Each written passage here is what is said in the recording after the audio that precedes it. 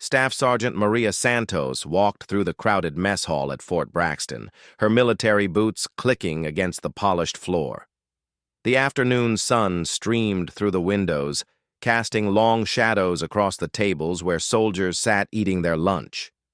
Maria had been stationed at this base for only 3 weeks, but already she could feel the weight of countless stares following her every move. She grabbed a tray and moved through the serving line, nodding politely to the kitchen staff. The food looked decent enough: meatloaf, mashed potatoes, green beans, and fresh rolls. As she searched for an empty table, she noticed a group of male soldiers sitting near the back corner. They were looking in her direction and whispering among themselves. Maria chose a table in the middle of the room and sat down alone. She had barely taken her first bite when she heard snickering from behind her. The voices weren't trying to be quiet anymore. "Hey, look at the new girl," one of them said loudly enough for others to hear. "Did you see that ridiculous tattoo on her arm?" Maria's jaw tightened. She knew exactly what they were talking about. On her left forearm, she had a detailed tattoo of angel wings, intricate feathers that seemed to shimmer even in black ink. The wings were beautiful and meaningful to her, but apparently they were also a source of entertainment for some of her fellow soldiers. "What kind of soldier gets angel wings tattooed on their arm?" another voice chimed in. "Does she think she's going to fly away from combat?" The laughter that followed was cruel and mocking.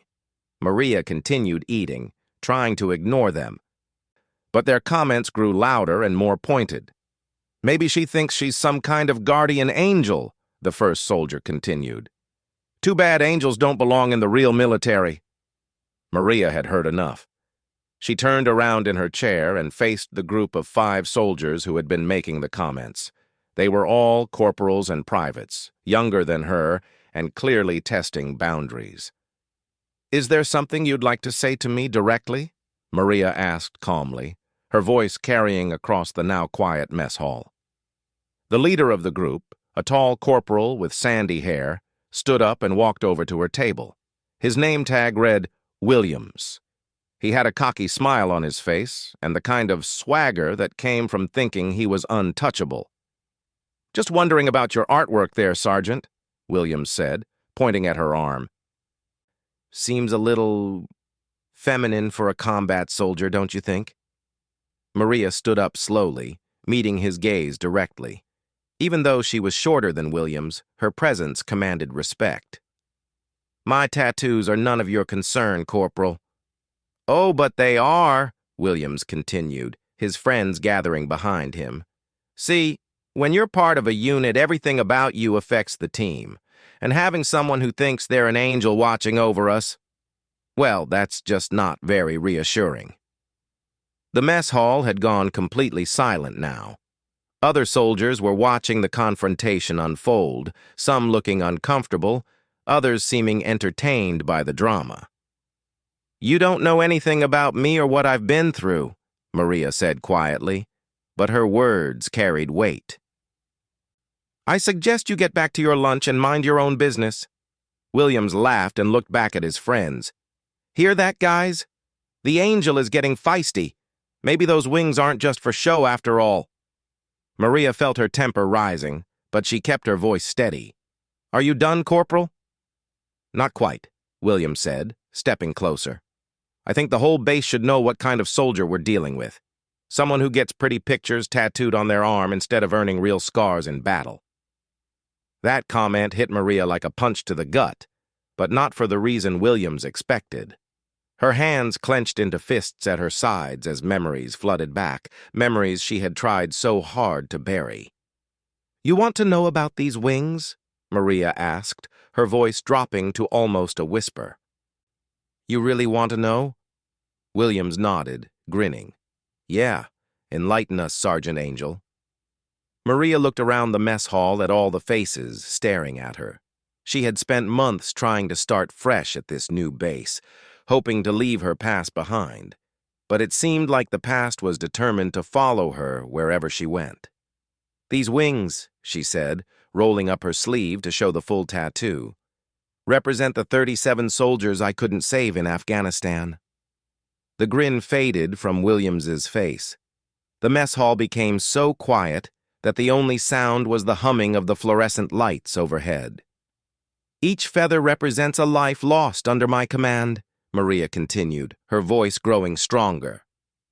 Each detail took hours to complete because each one of those soldiers deserved to be remembered perfectly. Williams took a step back, suddenly looking much younger and less confident. I didn't know. No, you didn't know, Maria agreed. But you decided to judge me anyway. You decided that my grief, my way of honoring fallen soldiers, was something to mock. The other soldiers who had been laughing earlier now looked at the floor, unable to meet her eyes. The rest of the mess hall remained frozen, hanging on every word. Maria rolled her sleeve back down and picked up her tray. Maybe next time you see something you don't understand, you should ask questions instead of making assumptions. She walked toward the exit, her head held high, leaving behind a room full of stunned soldiers. But as she reached the door, she heard Williams call out, "Sergeant Santos, wait!" Maria stopped but didn't turn around. "I'm sorry," Williams said, his voice barely audible. "We were out of line." Maria nodded once and walked out of the mess hall, not trusting herself to speak. Outside, she leaned against the brick wall and took deep breaths of the cool afternoon air. The confrontation had drained her emotionally, bringing back memories she had worked so hard to process. Later that evening, Maria was in her quarters writing in her journal when there was a knock at her door.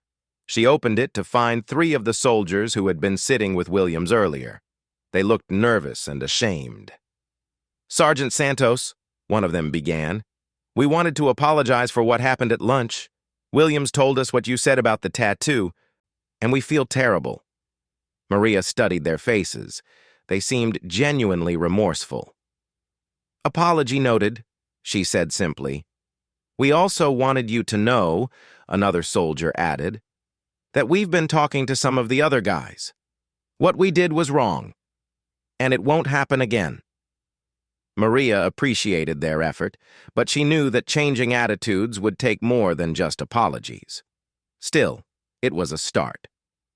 As the days passed, Maria noticed subtle changes in how she was treated on base. The mocking comments stopped, and some soldiers even nodded respectfully when they passed her in the hallways.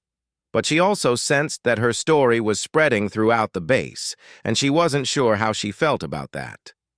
Word traveled fast in a military community, and within a week, most of the soldiers at Fort Braxton had heard about the confrontation in the mess hall. Some approached Maria with respect and curiosity about her service record. Others seemed uncomfortable around her, as if they didn't know how to interact with someone who had experienced such loss.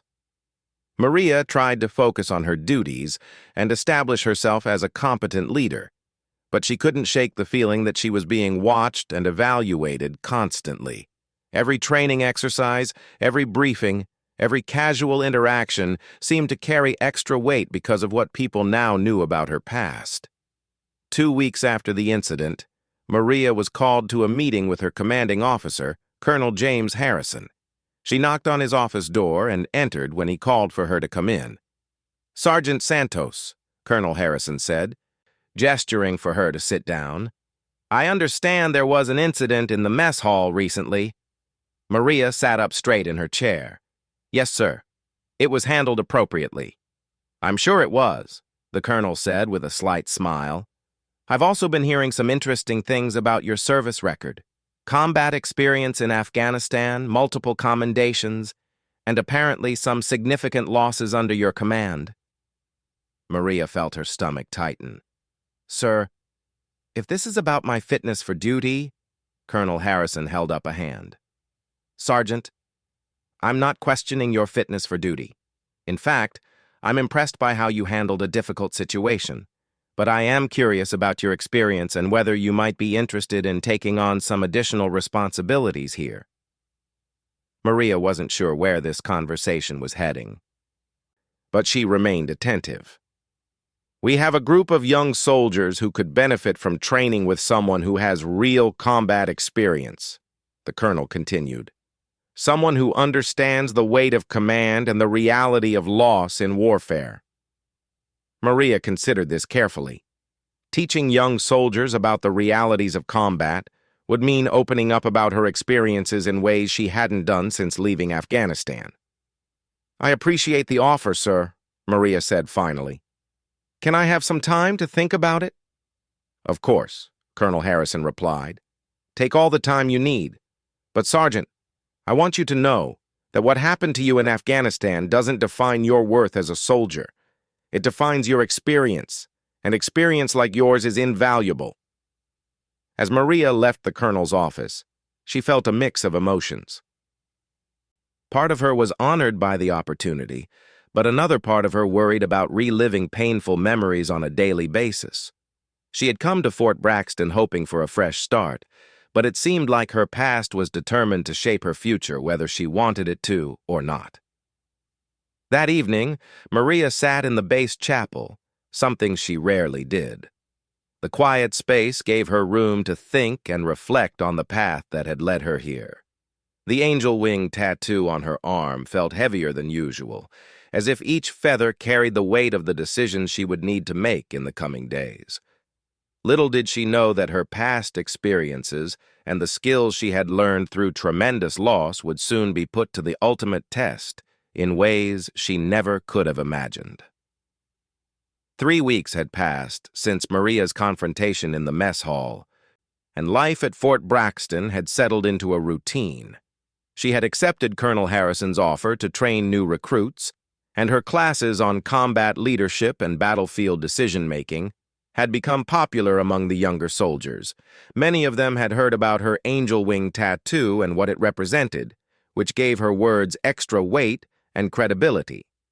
Maria was in the middle of a training exercise with 12 new recruits when the first signs of trouble appeared. It was a typical Tuesday morning, clear skies and moderate temperature. Perfect conditions for outdoor tactical training.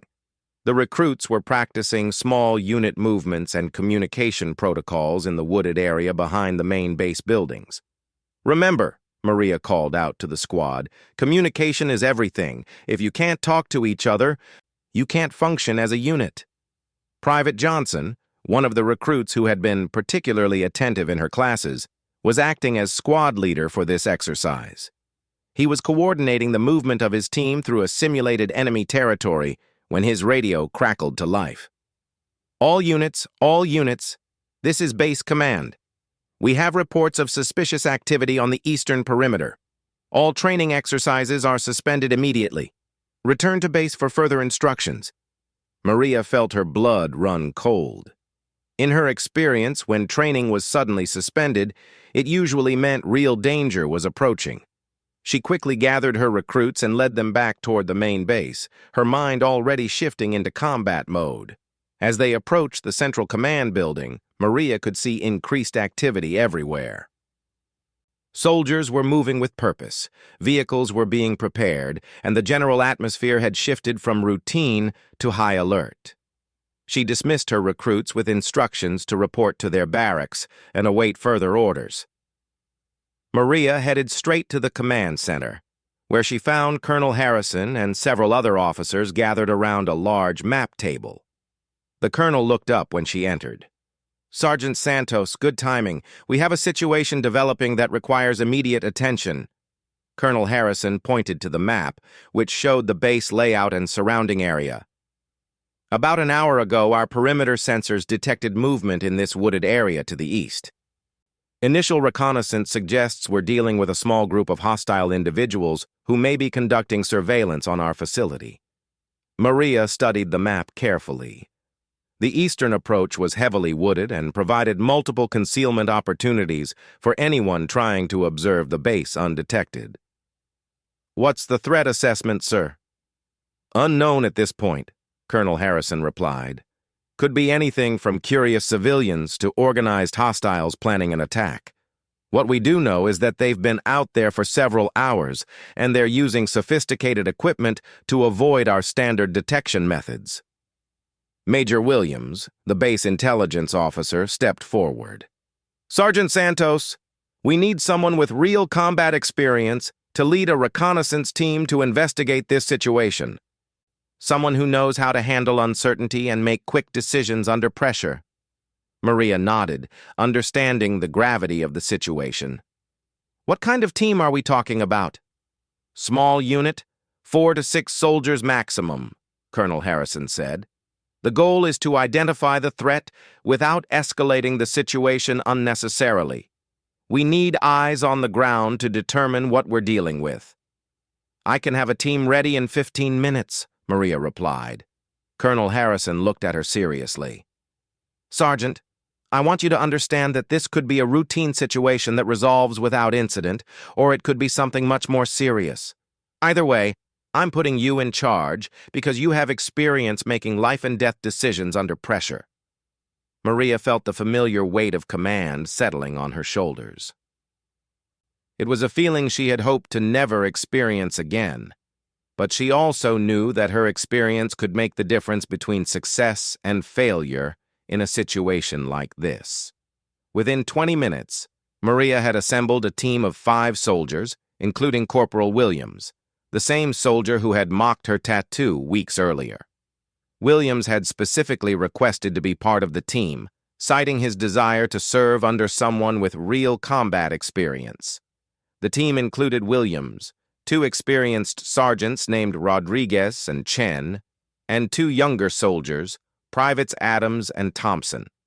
They were equipped with standard reconnaissance gear, communication equipment, and weapons appropriate for a potential combat situation. As they prepared to move out, Maria gathered her team for a final briefing. "Listen carefully," she said, looking each soldier in the eye. "We don't know what we're walking into out there. Our mission is to observe and report, not to engage unless absolutely necessary. Stay alert, follow orders, and watch out for each other." "Yes, Sergeant," the team responded in unison. They moved out through the base's eastern gate and entered the wooded area where the suspicious activity had been detected. Maria led the team in a tactical formation that allowed for maximum observation while minimizing their exposure to potential threats. The woods were eerily quiet. Normally, there would be sounds of birds, insects, and small animals moving through the underbrush. But today, the forest seemed to be holding its breath. Maria's instincts, honed by months of combat experience in Afghanistan, were telling her that something was definitely wrong. After 45 minutes of careful movement, Sergeant Rodriguez, who was acting as the team's forward scout, signaled for the group to stop. He had spotted something ahead.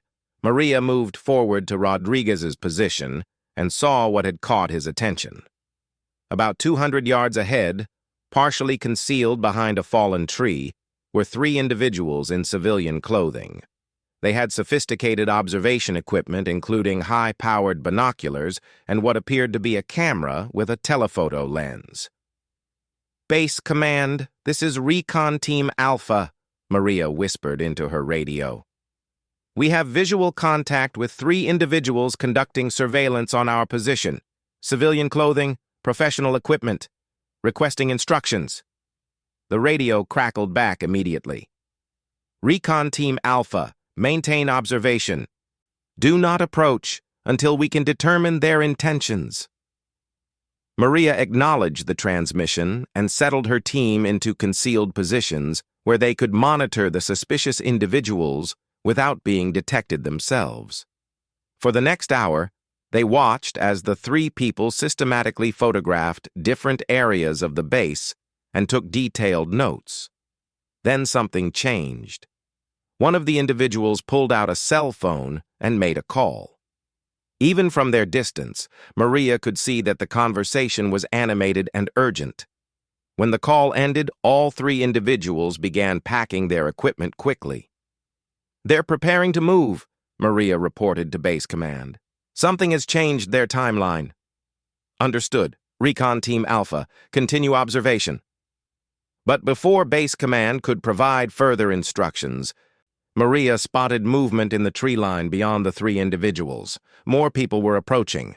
at least 6 additional figures moving through the woods in tactical formation. Maria's heart rate increased as she realized the situation was escalating rapidly. Base Command, we have additional contacts approaching the original 3 individuals. Count at least 6, possibly more. They appear to be moving in tactical formation. The radio was quiet for a moment before Colonel Harrison's voice came through. Sergeant Santos, we're analyzing the situation. Maintain your position and continue reporting. Maria watched as the new group reached the original 3 individuals. There was a brief conversation, and then all 9 people began moving in a coordinated manner toward the base perimeter. Their movement was professional and disciplined, definitely not curious civilians or random trespassers. Base Command, all contacts are now moving toward our perimeter in coordinated fashion. This appears to be an organized group with possible hostile intentions. Copy that, Recon Team Alpha. We're mobilizing additional support. Maintain surveillance and report any changes.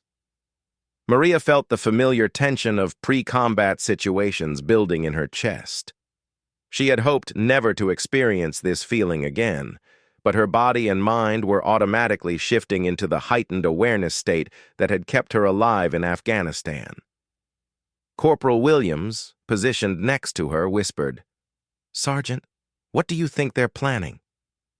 Maria continued watching the group through her binoculars. "Nothing good," she replied quietly. "The way they're moving suggests they have a specific objective. Could be reconnaissance for a future attack, could be planning to test our security responses." As the group continued moving toward the base perimeter, Maria noticed something that made her blood run cold. One of the individuals was carrying what appeared to be a small backpack with unusual antenna attachments, the kind of equipment that could be used for electronic warfare or communication jamming. Base Command, one of the contacts appears to have electronic warfare equipment. Recommend immediate security alert for all base communications and electronic systems. Colonel Harrison's voice came back immediately. All units, implement Communication Security Protocol Delta immediately. Potential electronic warfare threat detected. Across the base, soldiers began switching to backup communication systems and implementing procedures designed to protect against electronic interference. Maria knew that if these individuals were planning to disrupt the base's communication systems, it could be the prelude to a much larger attack. The group of 9 individuals continued moving toward the base perimeter fence. When they reached a position about 100 yards from the fence line, they stopped and began setting up equipment. From her vantage point, Maria could see them deploying what looked like surveillance devices and potentially offensive equipment. Base Command, contacts have established a position near the perimeter fence and are deploying equipment. Recommend immediate response. Roger. Recon Team Alpha. Security Response Team is en route to your position. Maintain surveillance and be prepared to provide tactical support. Maria felt the weight of command decisions pressing down on her. She had 6 soldiers under her command who were potentially about to face a hostile force of unknown capabilities. The memories of Afghanistan came flooding back, the weight of decisions that could mean life or death for the soldiers under her command. Corporal Williams seemed to sense her internal struggle. "Sergeant," he whispered, "whatever happened before, we trust you. We know you'll make the right call." Maria looked at Williams and saw genuine respect and confidence in his eyes. The same soldier who had mocked her tattoo weeks earlier was now looking to her for leadership in a potentially life-threatening situation. The irony wasn't lost on her. The angel wings that had been the source of ridicule were now a symbol of the experience and sacrifice that made her the right person to lead in this moment. As the hostile group continued setting up their equipment, Maria made a decision that would determine the fate of everyone involved.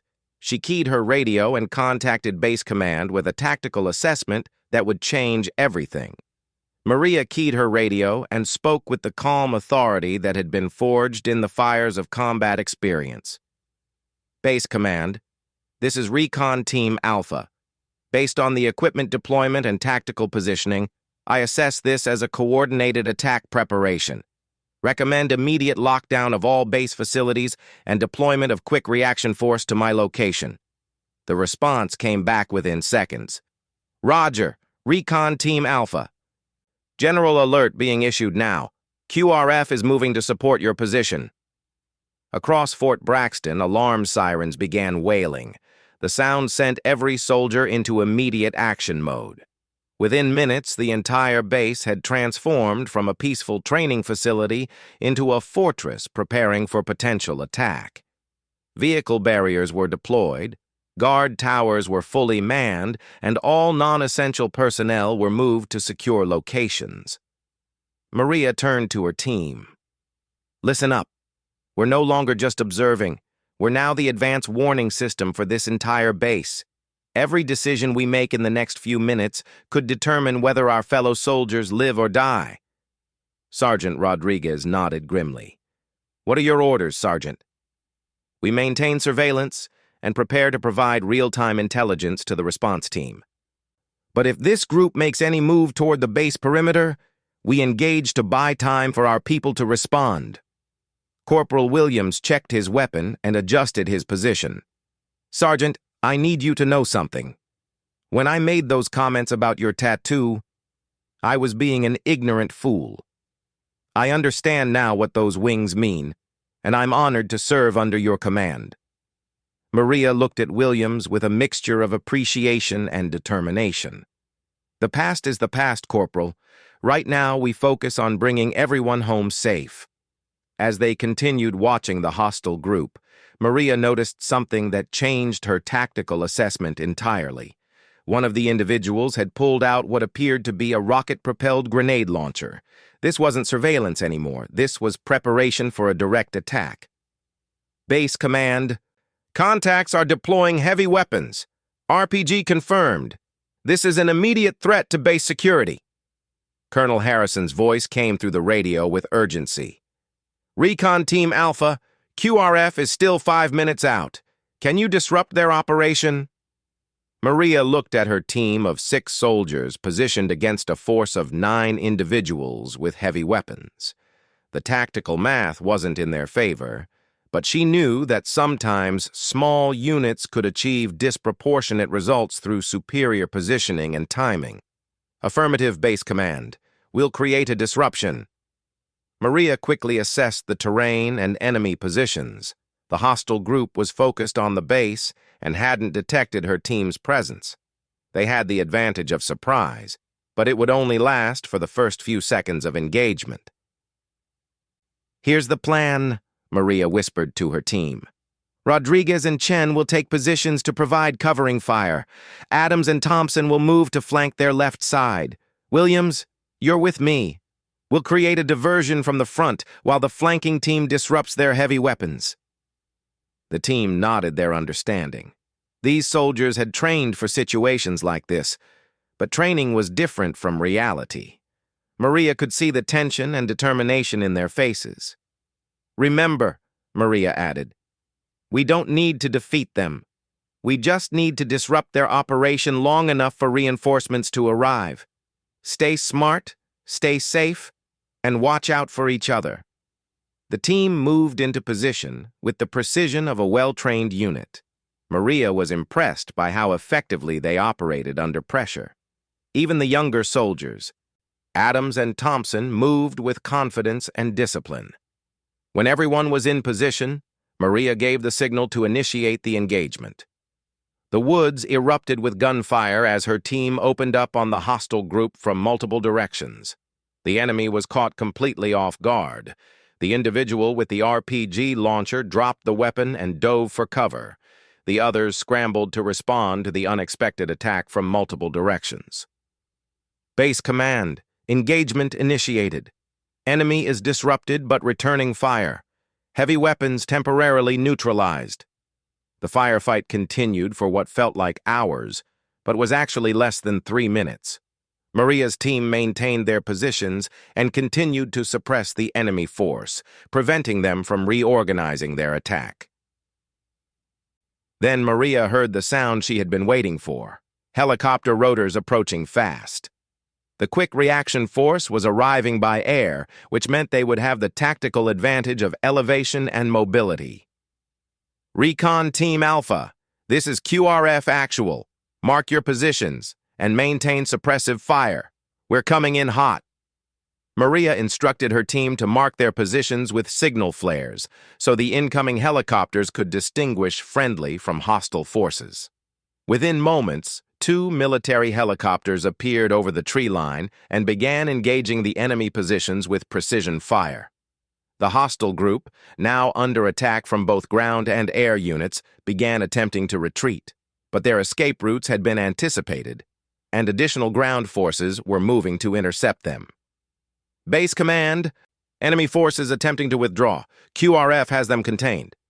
The engagement continued for another 10 minutes as the hostile individuals were systematically located and captured.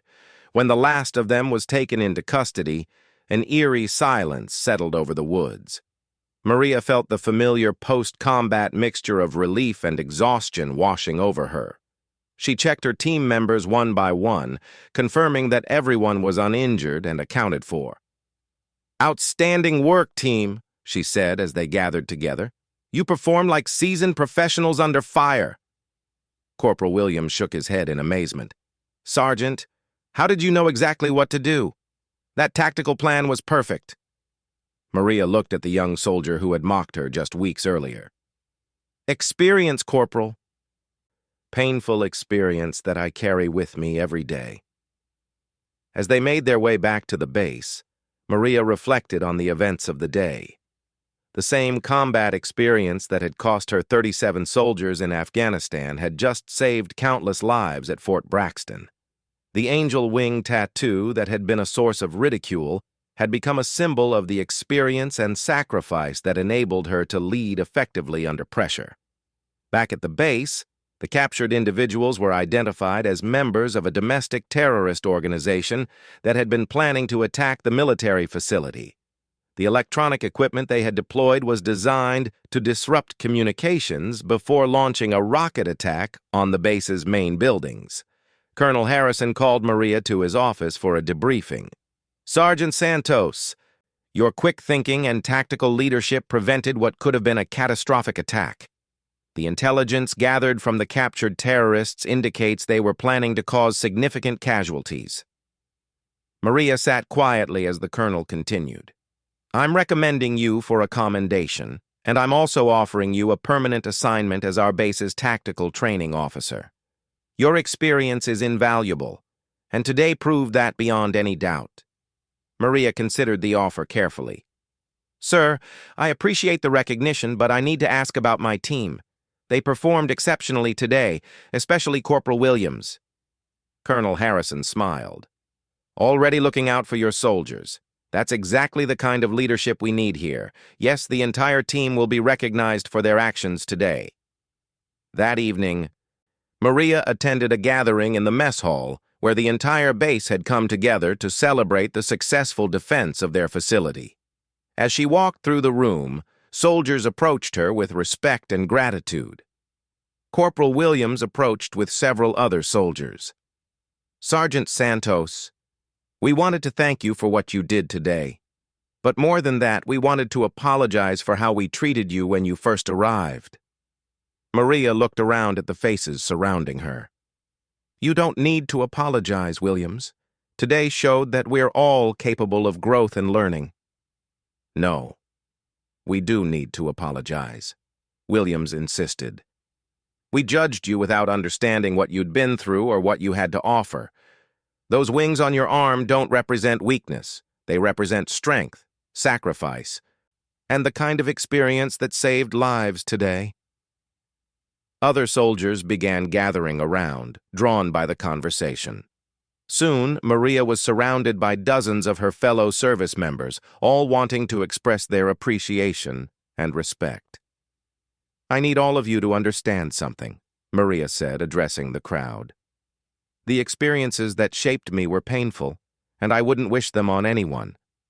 But they also taught me that every soldier in this room is valuable, and every life is worth protecting. She rolled up her sleeve to show the angel wing tattoo. "These wings don't make me special. What makes us all special is our commitment to each other and to the mission we've sworn to uphold." The room erupted in applause, and Maria felt something she hadn't experienced in a long time, a sense of belonging and acceptance among her fellow soldiers. Later that night, as Maria sat in her quarters writing in her journal, she reflected on how much had changed since her arrival at Fort Braxton. The tattoo that had once been a source of private grief and public ridicule had become a symbol of experience, leadership, and sacrifice that inspired respect rather than mockery. She thought about the 37 soldiers represented by each feather in her tattoo and how their memory had guided her actions today.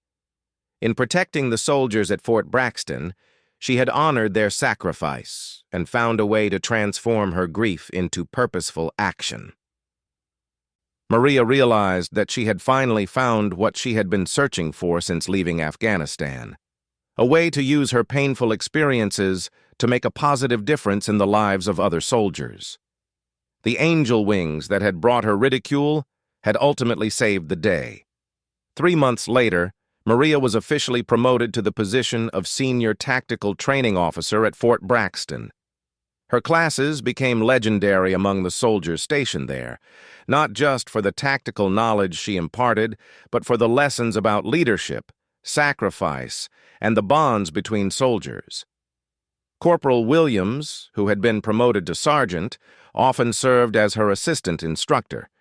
He would tell new recruits about the day their instructor's angel wing tattoo and combat experience had saved the entire base from a terrorist attack. "Never judge someone by appearances," Williams would say to the wide-eyed recruits. "You never know what battles they've fought or what wisdom they've gained from their experiences."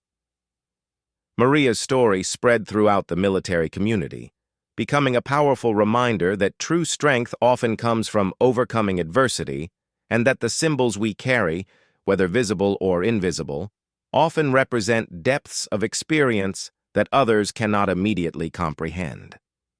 The angel wings on Maria's arm continued to serve as a memorial to fallen soldiers, but they had also become something more, a symbol of resilience, leadership, and the power of experience to guide and protect others in their darkest moments.